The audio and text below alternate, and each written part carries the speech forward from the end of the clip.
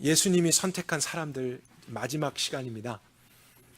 오늘은 12제자의 명단이 소개될 때마다 항상 마지막에 등장하는 사람 가룟 유다에 대해서 여러분과 말씀을 나누려고 합니다. 가룟 유다는 비교적 다른 제자들보다 많은 사람들에게 알려져 있습니다. 그러나 좋은 이유 때문만이 아니고 사실 좋지 않은 이유 때문에 많이 알려진 사람이죠. 예수님을 배반한 사람, 예수님을 팔아넘긴 사람, 신약 성경에서 유일하게 스스로 목숨을 끊은 사람, 이것처럼 매우 비관적이고 어두운 메시지를 주고 있는 인생입니다. 그런데 참 이상하게도요, 가룟 유다에 대한 정보는 다른 제자들보다 성경에 굉장히 많이 있습니다. 저는 이것이 결코 우연이 아니라고 생각합니다. 굉장히 좋지 않은 내용인 것 같고 또 바르지 않은 삶인 것 같은데도 하나님이 어느 정도의 분량을 우리에게 주셨다는 것은 하나님의 구체적인 의도가 있기 때문이라고 믿습니다. 우리가 정말 알아야 될 것은 진리이고 바른 것이지만 때로는 하나님께서 진리와 반대되는 개념이 무엇인지를 비추어 주면서 우리로 하여금 바른 것을 더 입체적으로 선명하게 알 수 있게 하는 일을 하시기 때문이죠. 그래서 우리도 그림 같은 걸 그릴 때 그냥 그리면은 평면적으로만 보이지만 거기에 어두운 색을 칠하고 또 조명을 명암을 넣게 되면은 그것이 더 분명하게 또 입체적으로 보여지고 깨달아지는 것처럼 영적인 사실에 대해서도 하나님이 그러한 원리를 사용하시고 계신다는 것을 우리가 알게 됩니다. 유다에 대한 배경과 출신이 간략하게 성경 안에 있지만 저는 주보에 있는 내용을 대신해서 그 내용을 오늘은 다루지 않겠습니다. 여러분들이 한번 참고해 보셨으면 좋겠고요. 바로 본론으로 여러분과 함께 들어가고 싶습니다. 왜냐하면 유다에 대한 정보를 통해서 보게 된다면 굉장히 많은 말씀들에 대해서 우리가 묵상할 수 있고 신학적으로도 굉장히 심오한 내용들을 연구할 수 있는 주제들이 있습니다. 그러나 저희들이 그것을 짧은 시간에 다 나눌 수가 없기 때문에 저는 이 시간 두 가지의 관점에 대해서만 여러분과 집중하기를 원해요. 하나는 유다가 예수님을 배신하기 전입니다. 그가 어떻게 예수님을 파는 행동까지 하게 되었는가 하는 그 과정을 여러분들과 하나의 관점으로 살펴보고 싶고요. 또 하나는 유다가 예수님을 배반한 후 그러한 죄를 범한 후에 어떻게 행동했는가에 대해서 관점을 가지고 살펴보았으면 좋겠습니다. 그럼 먼저 첫 번째 관점을 우리가 살펴보기 전에 먼저 유다에 대한 선입견을 우리가 내려놔야 된다라는 말씀부터 드리고 싶어요. 왜냐하면 가룟 유다 하면은 일반적으로 많은 사람들이 나쁜 사람, 안 좋은 사람 이렇게 이미지를 갖고 있고요. 나머지 11 제자들은 착하고 좋은 사람 이런 이미지를 우리가 쉽게 갖고 있습니다. 그러나 사실 그것은 바르지 않습니다. 왜냐하면 지난 몇 주 동안 우리가 살펴본 내용도 그렇고 성경의 내용들을 정직하게 보고 나니까 가룟 유다만 잘못되고 문제를 일으킨 것이 아니라 사실은 모든 11명의 제자들도 실수하고 잘못했다는 것을 알게 됩니다. 그리고 가룟 유다는 배신자, 우리가 이렇게 알고 있지만요, 어떤 의미로 보면은 나머지 11 제자들도 다 배신자였습니다. 예수님을 떠났습니다. 그리고 숨었습니다. 베드로 같은 경우는 사람들 앞에서 예수님을 3번이나 부인하고 저주하고 맹세까지 했잖아요. 그러니까 베드로의 죄가 유다의 죄보다 더 작다 이렇게 쉽게 이야기할 수는 없는 것입니다. 모두 다 죄인이었다라는 것을 성경은 이야기하고 있죠. 예수님께 처음 부름 받았을 때도 사실은 비슷했습니다. 예수님을 바르게 알았던 사람은 한 명도 없었습니다. 그냥 작은 믿음 하나 가지고 반응하면서 왔는데 그러나 예수님 안에서 이제 바르게 고쳐지고 다듬어지고 온전해졌다라는 것을 우리가 발견하게 되죠. 그래서 그러한 관점에서 우리가 어떤 차이를 발견해야 할 것입니다.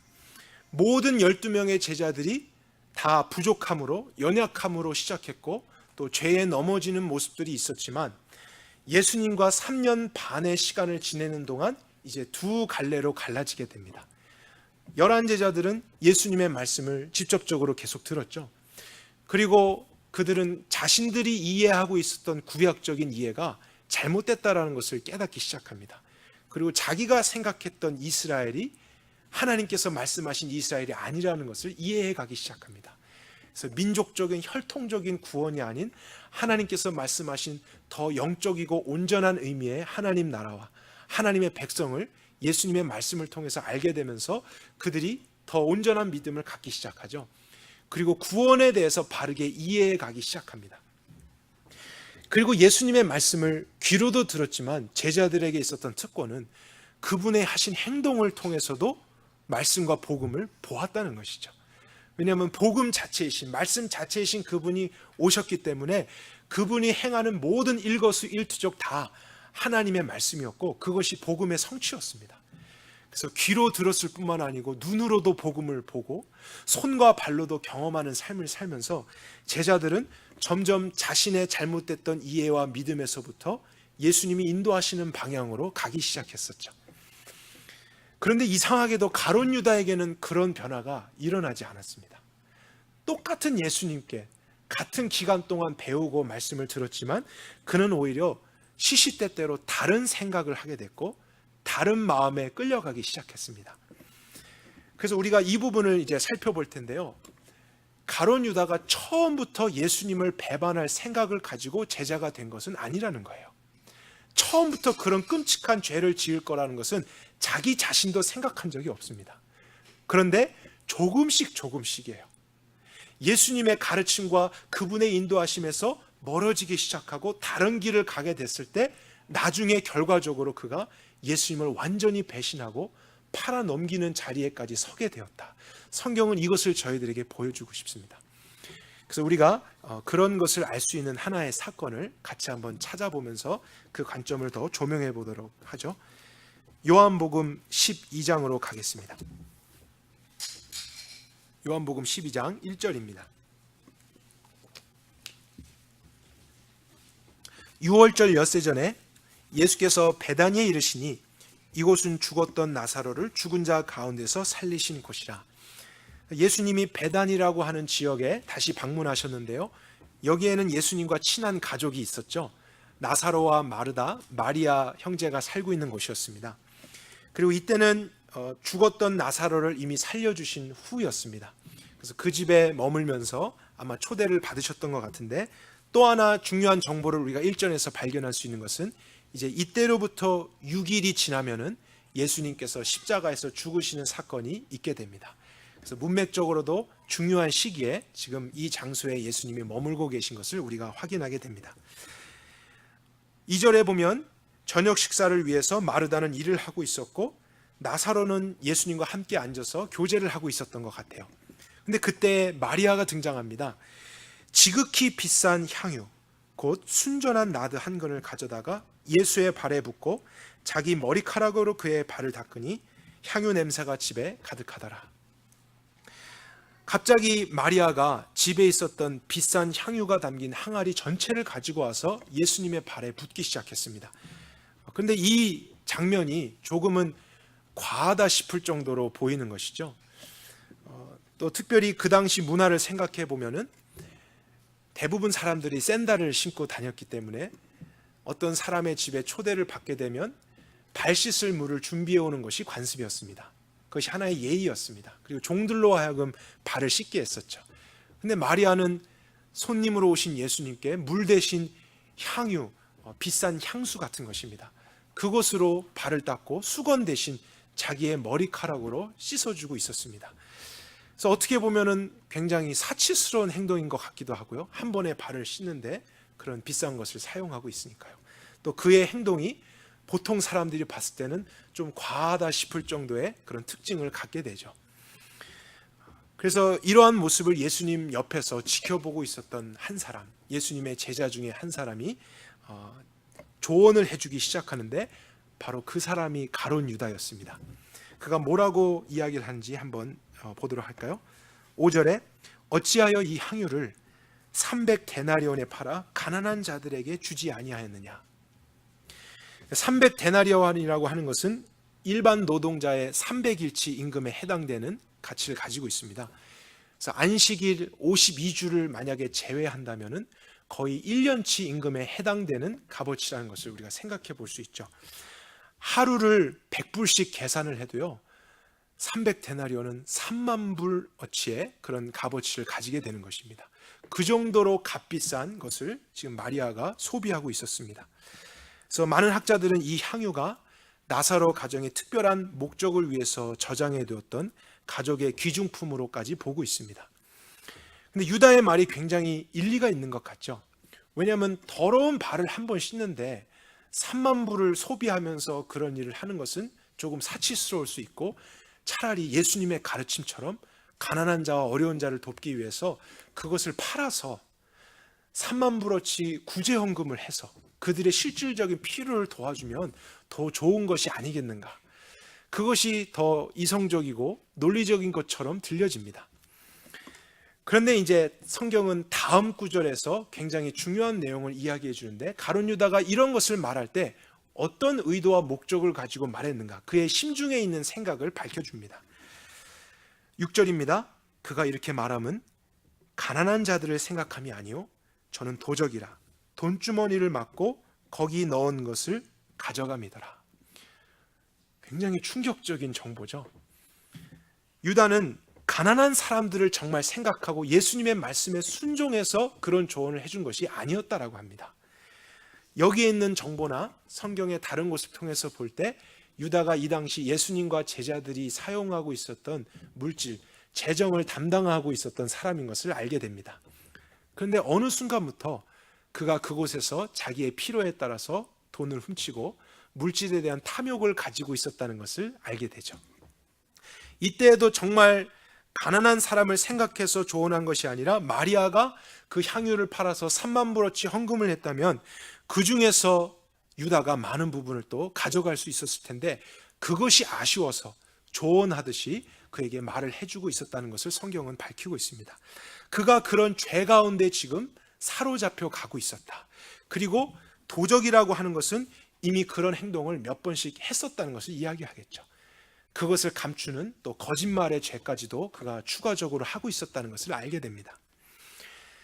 여러분, 예수님은 3년 반 동안 사역하시면서 참 많은 말씀을 하셨잖아요. 중요한 진리에 대해서 말씀하시면서 그러나 거듭 강조하신 부분이 하나 있었는데, 그것은 재물에 대한 경고였습니다. 또 탐심에 대한 것이었습니다. 그래서 너희가 하나님과 재물을 겸하여 섬길 수 없느니라. 보물을 하늘에 쌓아두어라. 내 보물이 있는 곳에 내 마음도 있느니라. 하나님의 나라와 그의 의를 먼저 구하라. 이런 말씀들은 그러한 탐심, 물질에 대한 우리의 사랑과 염려가 하나님의 나라를 경험하지 못하게 하는 치명적인 죄와 문제가 되기 때문이었습니다. 그래서 그것을 거듭해서 많이 말씀하셨었는데, 가룟 유다는 그 말씀을 귀로 듣고 눈으로 보면서도 마음으로는 그것을 진지하게 받아들이지 않았다는 것을 알 수 있죠. 그러니까 그런 예수님과 함께 가면서도 계속적으로 상습적으로 이런 죄를 저지르고 있었다는 것을 생각하게 됩니다. 그런데 같은 제자 중에 그런 탐심에 오랫동안 사로잡혀 있었던 사람이 있었잖아요. 세리 마태가 있었죠. 가룟 유다보다 더하면 더했지 덜하지 않은 삶을 살았을 거예요. 그러나 그는 예수님을 믿고 난 후에 오히려 주님의 가르침과 그분의 삶을 통해서 빛을 조명받고 그 거룩함 속에 계속 이끌림을 받으며 변화를 경험하고 있었습니다. 그래서 어떤 제자는 더 온전한 길을 향해서 가고 있었던 반면에 같은 예수님 안에서 다른 마음과 생각을 품으며 다른 길을 가고 있는 한 제자를 우리가 보게 되는 것이죠. 저는 이때 예수님이 가룟 유다의 마음을 아셨을 것이다 라고 생각합니다. 왜냐하면 다른 사건에서도 바리새인들이 속으로 생각으로만 어떤 말을 했는데 예수님이 그것을 아시고 하면서 대답을 해주시는 장면들이 있잖아요. 그래서 이러한 공개적인 발언의 장소에서 예수님은 가룟 유다가 어떤 의도와 목적으로 이런 말을 했는지를 아셨을 것입니다. 그래서 예수님이 공개적으로 그의 죄를 들춰내시고 책망하실 수도 있었겠죠. 그러나 우리가 이제 다음 구절을 살펴볼 텐데, 예수님은 직접적으로 그 죄를 언급하시지 않고 오히려 유다를 위해서 다른 말씀을 해주십니다. 이제 그 부분이 7절과 8절인데 우리 이 두 구절은 같이 한번 읽어보도록 하겠습니다. 이에 예수께서 이르시되 저를 가만두어라. 저가 나의 장사할 날을 위하여 이것을 간직해 둔 것이니라. 가난한 자들은 항상 너희와 함께 있거니와 나는 항상 잊지 아니하리라 하시니라. 그러니까 예수님은 마리아가 했던 행동이 사치가 아니라 얼마 후에 있을 예수님의 죽음을 예비하는 가치 있는 일이었다라고 말씀해 주셨습니다. 근데 어쩌면 이런 말씀이 가룟 유다에게 생각하기를 바라셔서 하신 말씀일 수 있다라는 것이죠. 왜냐하면 그가 정상적인 마음이라면 예수님께서 그런 죽음을 말씀하실 때 예수님은 왜 죽으시려고 하시는가? 그분은 무슨 목적을 가지고 그 길을 가려고 하시는가? 왜 이 땅에 오셨는가? 이런 생각을 했을 수 있겠죠. 그분의 제자니까요. 근데 그러면서 깨달아지는 것은 무엇이겠습니까? 이분은 지금 내 마음속에 있는 이 더러운 죄의 문제를 해결하기 위해서 죽으러 가시는구나. 그 죄의 문제를 대속적인 사랑으로 씻어주기 위해서 지금 이 길을 가고 계신 것이구나. 그런 것이 예수님의 말씀 통해서 깨달아졌다면 그가 이 순간에서라도 예수님께 고백을 했을 수 있었을 거예요. 그러니까 어떻게 보면 예수님은 다 아시지만 그에게 회개의 기회를 주고 계시다는 것을 우리가 발견하게 된다는 사실이죠. 그리고 예수님은 그런 놀라운 우리의 구원을 위한 죽음을 생각하고 계셨고, 심지어 이 여인마저도 그 고귀한 거룩한 죽음을 생각하면서 자신의 재산을 들여 그것을 기념하고 있는데, 나는 도대체 무슨 생각을 하고 있는가? 나는 왜 이렇게 더러운 죄를 품고 있는가? 이런 정상적인 마음이 그 안에서 반응했었더라면요, 그는 예수님께 회개했을 거예요. 그리고 예수님이 그 순간에라도 그런 것을 고백했다면 반드시 용서해 주시고 그 죄로부터 벗어나는 구원을 이루어 주셨을 것입니다. 우리 예수님 그런 분 아니신가요? 정말 성경에서 그렇게 반응했던 어떤 사람도 외면하시거나 배척하신 적이 없습니다. 항상 회개하는 자에게 그가 생각지도 못한 구원까지도 베풀어 주신 분이 선하신 주님이셨죠. 그러나 안타까운 것은요, 예수님이 그런 의도를 가지고 이런 말씀을 하셨음에도 불구하고 유다는 마음을 더 굳게 다짐합니다. 더 반대되는 방향으로 가려고 합니다. 이것이 저와 여러분들이 오늘 발견해야 될 중요한 죄의 특성이라는 사실이에요. 그리고 이 이후에 있었던 사건을 마태복음 26장은 이렇게 기록했습니다. 그때의 12 중에 하나인 가룟 유다라 하는 자가 대제사장들에게 가서 말하되 내가 예수를 너에게 넘겨주리니 얼마를 주려느냐. 그들이 은 30을 달아주거늘 그가 그때부터 예수를 넘겨줄 기회를 찾더라. 그러니까 이 말씀을 통해서 본다면 이때까지 사실 유다는 예수님을 팔아 넘길 생각을 한 번도 하지 않았다는 것을 알 수 있습니다. 처음부터 그런 크고 엄청난 죄를 계획한 사람이 아니었어요. 처음은 물질에 대한 탐심이 시작이었습니다. 그것을 상습적으로 계속하는 어두움이 조금씩 사건마다 찾아온 것이었어요. 그리고 그것을 숨기려고 하는 거짓말도 계속 더해졌던 것이죠. 근데 그 마음이 짙어져 가면 갈수록 마음의 부드러움이 사라지고 돌처럼 굳어져 가는 현상들이 생긴 거예요. 그래서 예수님은 그 안타까움에 진리의 말씀을 주시고 예수님의 죽음과 죄에 대한 문제가 어떻게 해결될 수 있는지의 말씀도 주셨지만 그가 이미 마음이 많이 굳어진 나머지 그 바른 말씀을 듣기 싫어한 것입니다. 여러분, 죄의 중요한 특성, 바른 말씀을 들어도 그것을 듣기 싫어한다는 것이 중요한 특성입니다. 그리고 우리가 경험하는 것은요, 오히려 그 말씀이 가리키는 것에 반대 방향을 향해서 더 힘있게 달려가는 것, 그것이 죄가 우리 인생 가운데 역사하는 영향력이라는 것을 우리는 반드시 발견해야 한다는 사실이죠. 그래서 죄의 성향은 빛이 싫어서 더 어두움으로 가는 것입니다. 그러나 그것이 초기일 때는 그런 현상까지 가지 않아요. 어느 정도 부드러울 때, 죄의 생각이 오고 감정이 왔을 때 바른 말씀에 바르게 반응할 때가 있습니다. 즉각적으로 용서를 구하고 회개할 때 있죠.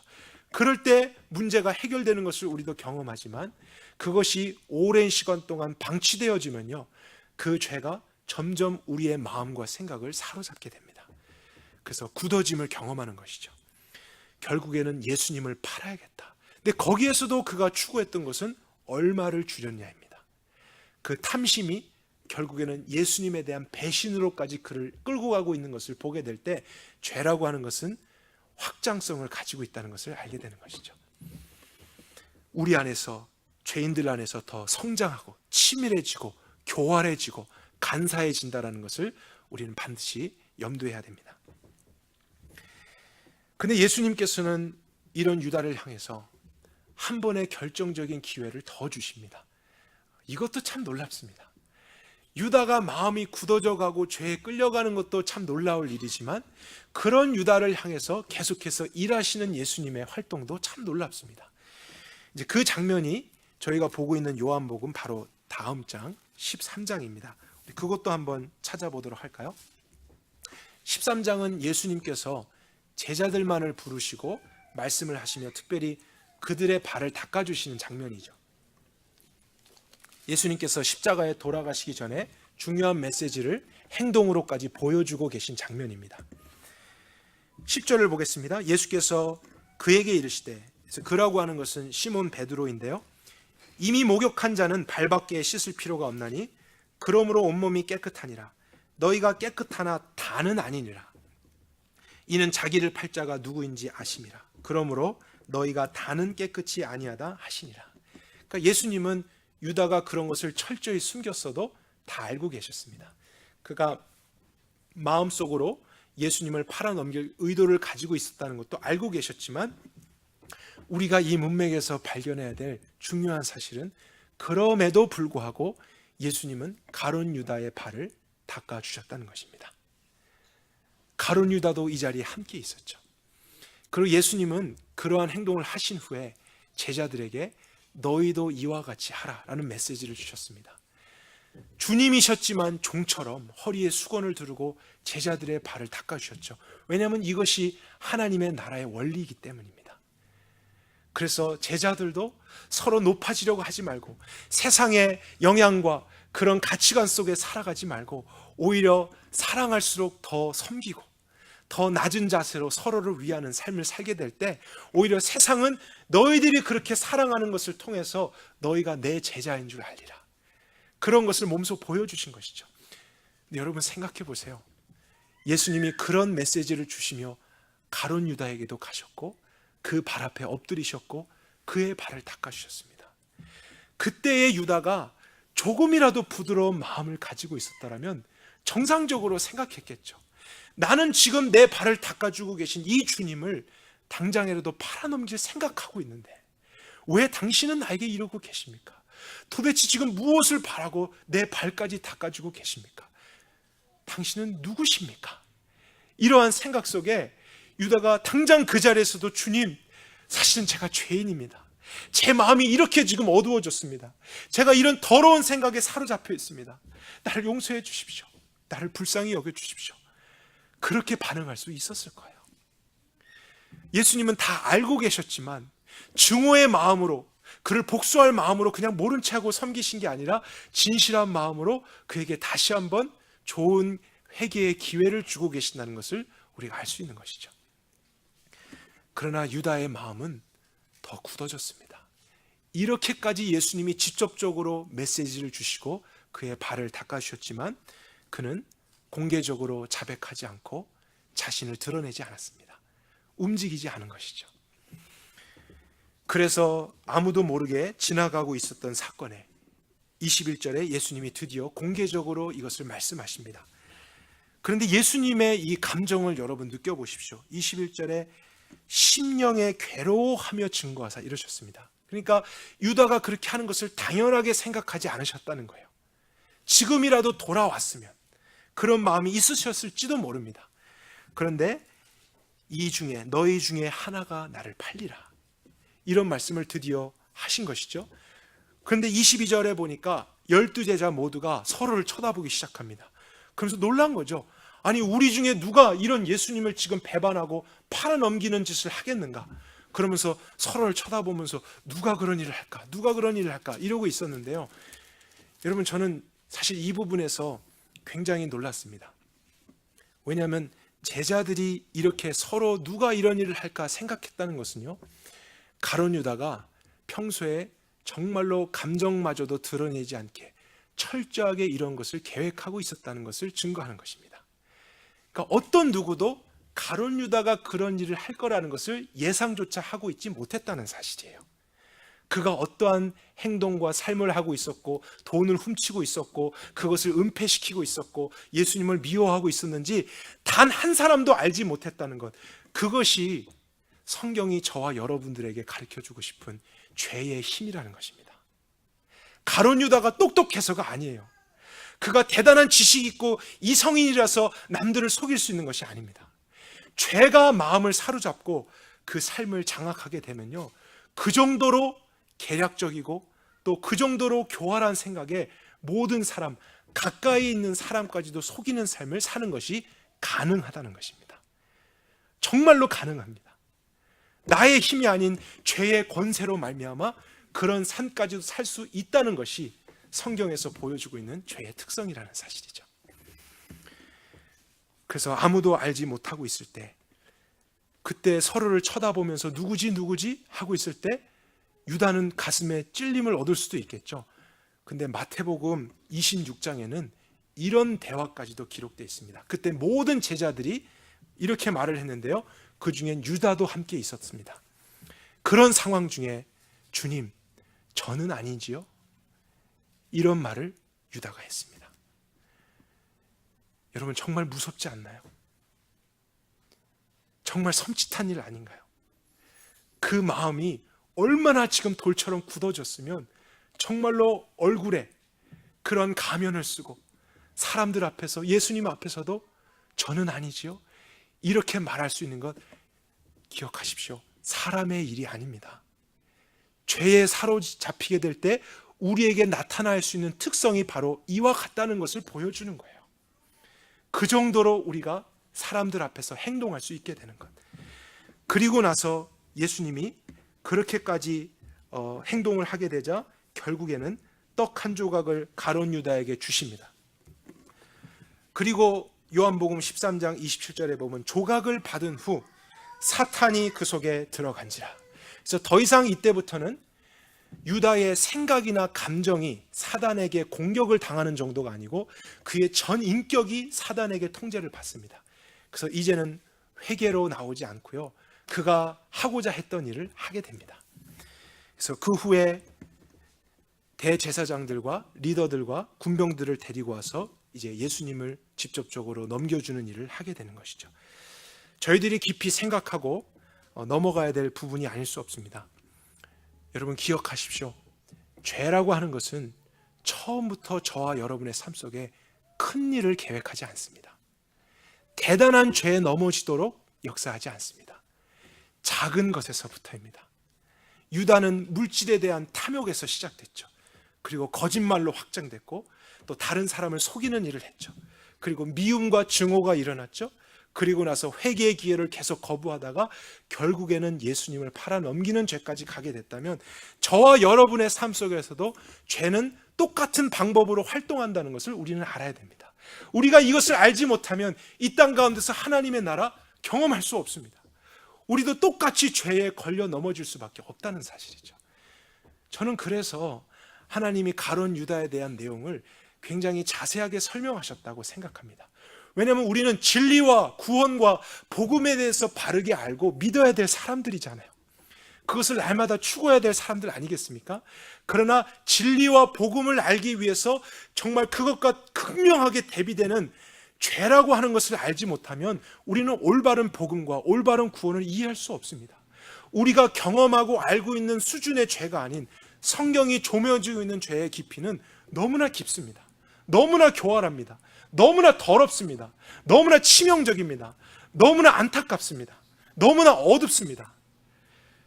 그래서 그 가운데 자칫하다가는 예수님의 제자로 부른 사람이라 할지라도 이러한 길을 갈 수 있다는 것이 저와 여러분에게 줄 수 있는 경고라는 사실이죠. 이 세상 어느 누구도 하루아침에 예수님을 부인하지는 않을 것입니다. 저와 여러분 지금 현재적인 시점으로요, 예수님을 사랑하시죠? 그리고 오늘 주님께 예배도 드리고 있잖아요. 나는 절대로 예수님을 부인할 일이 없어. 우리가 그렇게 오늘 생각할 수 있지만 여러분, 성경은 우리가 구원의 확신을 갖는 것도 좋지만 믿음으로 시작한 이 경주를 끝까지 완주해야 된다, 이런 메시지도 같이 주고 있다는 것을 생각해야 됩니다. 우리의 장담, 우리의 확신 믿지 마십시오. 우리도 하나님이 알게 하신 이 원리를 따라서 가지 않으면 언제 어떻게 조금씩 죄에 사로잡혀가면서 장악되어 가다가 예수님을 부인하고 배신하는 자리에까지 서게 될지 모릅니다. 그래서 마지막 시대에 미혹 당할까 조심하라. 그것은 지금 예수님을 알지 못하는 사람들에게 주는 메시지가 아니죠. 저와 여러분들처럼 나름대로 열심도 있지만 그런 상상도 할 수 없는 사람들에게도 주님이 주시는 사랑의 경고입니다. 왜냐하면 죄의 힘이 그만큼 강력하기 때문이고요. 이 세상을 지금 마지막 시대에 사단이 그렇게 이끌고 가고 있기 때문입니다. 그래서 오늘 저와 여러분이 이러한 가룟 유다의 예수님을 팔아넘긴 행동의 교훈을 얻어서 오늘날 저와 여러분의 삶 속에 있는 한 번의 죄를 가볍게 여기지 말아야 할 것입니다. 여러분, 한 번의 죄예요. 작은 것이라 할지라도 지금 반응하십시오. 주님이 무엇을 알게 하셨습니까? 지금 내려놓으십시오. 지금 자백하십시오. 부끄러워도 마음이 아직 부드러울 때 주님께 나가십시오. 한 번의 욕심, 한 번의 미움, 한 번의 거짓, 한 번의 음행, 한 번의 불순종, 한 번의 죄가 저와 여러분의 삶 속에 그 마음 속에 안식처를 삼게 되고 확장되게 될 때 우리도 언제 굳어짐을 경험할지 모릅니다. 그래서 그리스도인이라는 것은 항상 그 마음을 부드럽게 지켜가는 것입니다. 하나님의 구하시는 제사는 상한 심령이라. 하나님이여 상하고 통회하는 마음을 주께서 멸시치 아니하시리이다. 여러분, 우리가 주님께 오늘 온전한 예배를 드리기를 원하고 그렇게 기도했고 오늘 그렇게 집중하고 있지 않습니까? 그러나 하나님이 정말 원하시는 참된 예배는 상한 심령이라고 말씀하세요. 그러니까 오늘 여기서 설교를 잘 듣고 예배 시간 졸지 않고 잘해서 끝나고 가는 것이 우리가 드릴 참된 예배가 아니라요, 우리의 현재적인 삶 속에서 이 예배 후에 하나님의 말씀에 부드럽게 반응해서 내가 해야지라고 생각했던 것을 다시 한번 주님 앞에 묻고 조금이라도 그 의도와 동기 가운데 죄가 없는지를 살피고 하나님 앞에 깨끗한 마음과 심령으로 사는 것, 그것이 하나님이 저와 여러분들에게 바라시는 예배라는 사실입니다. 그 예배에서 성공하는 사람이 정말로 하나님의 백성으로서의 삶을 살아갈 수 있는 것이죠. 예배는 거룩하게 경건하게 조용하게 잘 드렸지만 마음의 굳어짐을 깨트리지 못한 채 살아간다면 그 사람의 삶에는 하나님 나라의 실제를 경험할 수 없습니다. 오늘 여러분의 마음이 어떤지 점검해 보십시오. 하나님의 말씀이 듣기 싫고 하나님이 말씀하신 것에 더 반대되는 방향으로 달려가고 싶다면 이미 많은 부분에 굳어짐이 시작됐다는 것을 깨달으십시오. 그러나 그것을 부끄러워하지 마시고 그때라도 주님께 나오십시오. 깨뜨리십시오. 주님은 오늘도 다 아시지만 우리를 사랑하셔서 은혜의 자리로 부르고 있다는 것을 우리가 깨달아야 할 것입니다. 이제 두 번째로 여러분과 예수님을 배반한 후 유다가 어떻게 행동했는가의 관점으로 남은 말씀을 살펴보겠습니다. 저는 개인적으로 유다가 예수님을 어떻게 배신하게 되었을까 보다 그가 배반한 후에 죄를 지은 후에 어떻게 행동했을까가 더 중요하다라고 생각합니다. 왜냐하면 우리 모두도 이러한 죄를 지을 수 있는 가능성이 있기 때문이고요. 아까 서론에 말씀드렸지만 유다만이 아니라 나머지 11 제자들도 어떠한 모습으로든지 예수님 앞에 배신적인 행동을 했었기 때문입니다. 그래서 어떻게 하다가 이런 죄를 지었는가 우리가 이제 조명을 해봤지만 어쩌면 더 중요한 것은 그 문제를 어떻게 해결했는가, 이것이 저와 여러분들이 반드시 깨달아야 될 중요한 부분이라는 사실이죠. 유다를 통해서 우리가 그것을 꼭 발견해야 할 것입니다. 특별히 베드로와 유다를 비교해서 생각을 해보게 되면 베드로도 예수님을 부인하고 저주하고 맹세까지 했었죠. 베드로의 죄가 유다의 죄보다 결코 작다라고 할 수 없는 것입니다. 그리고 다른 모든 제자들도 예수님을 떠났고 숨었고 죄를 지었지만 그들은 그 죄를 지은 후에 예수님을 만나게 되었습니다. 그리고 예수님 안에서 그 문제를 해결하게 되었습니다. 이것이 유다와 결정적인 차이라는 거예요. 비슷한 유형의 어떤 종류의 죄를 지었다 할지라도 그것을 어떻게 해결했느냐가 사실 그 사람의 마지막을 결정하는 것입니다. 그래서 나머지 11 제자들도요, 굉장히 부끄러웠을 거예요.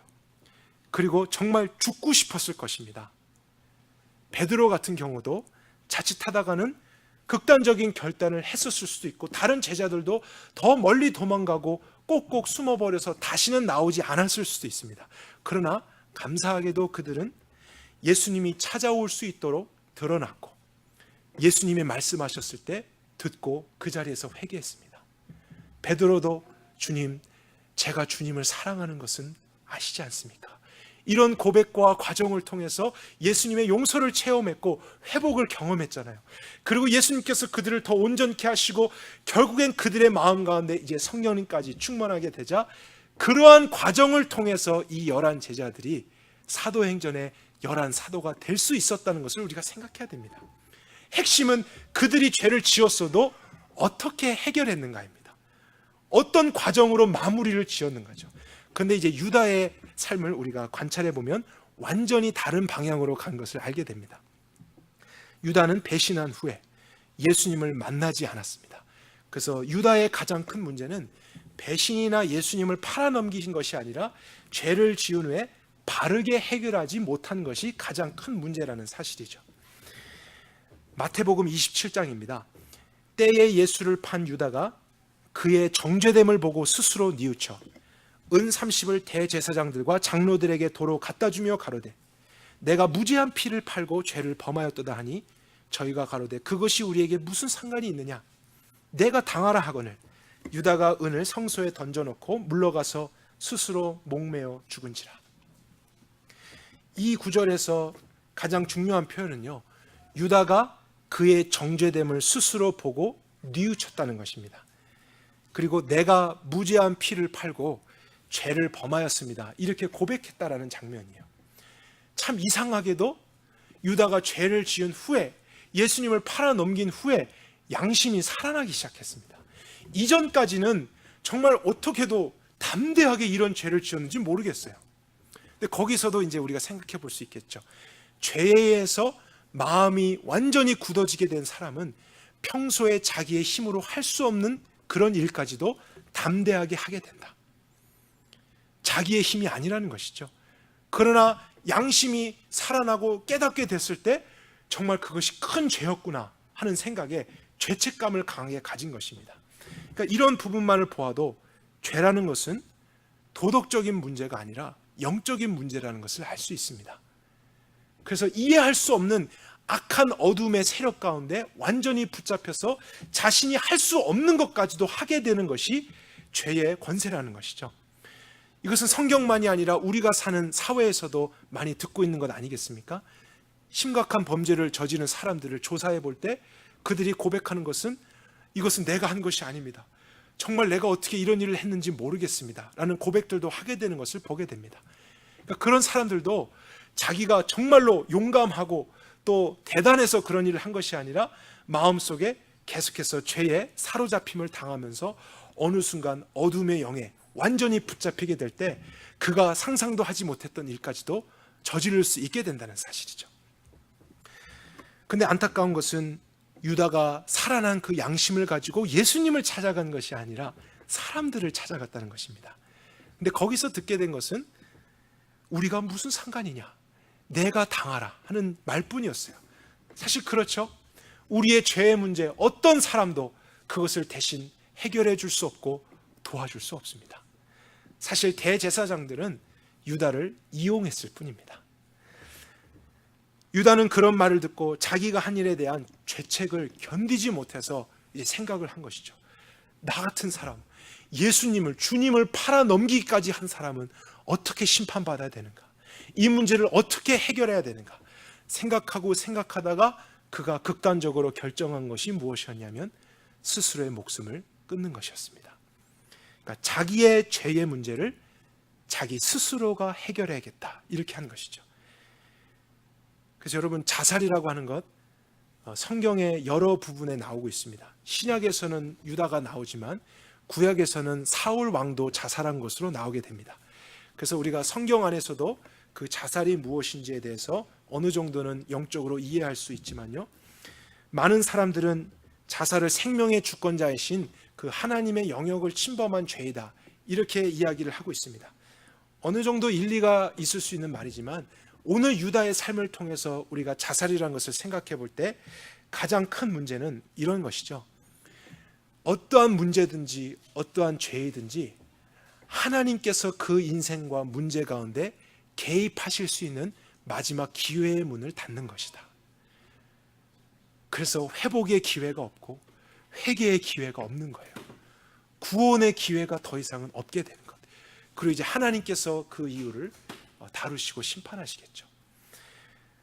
그래서 유다라는 그 인생은 우리에게 죄를 어떻게 짓게 되었는가 뿐만 아니고 그 죄에 사로잡히고 이러한 자리까지 가게 됐을 때 이 죄를 어떻게 해결하는 것이 바른 것인가에 대한 중요한 교훈을 주고 있다는 것을 우리가 생각해야 됩니다.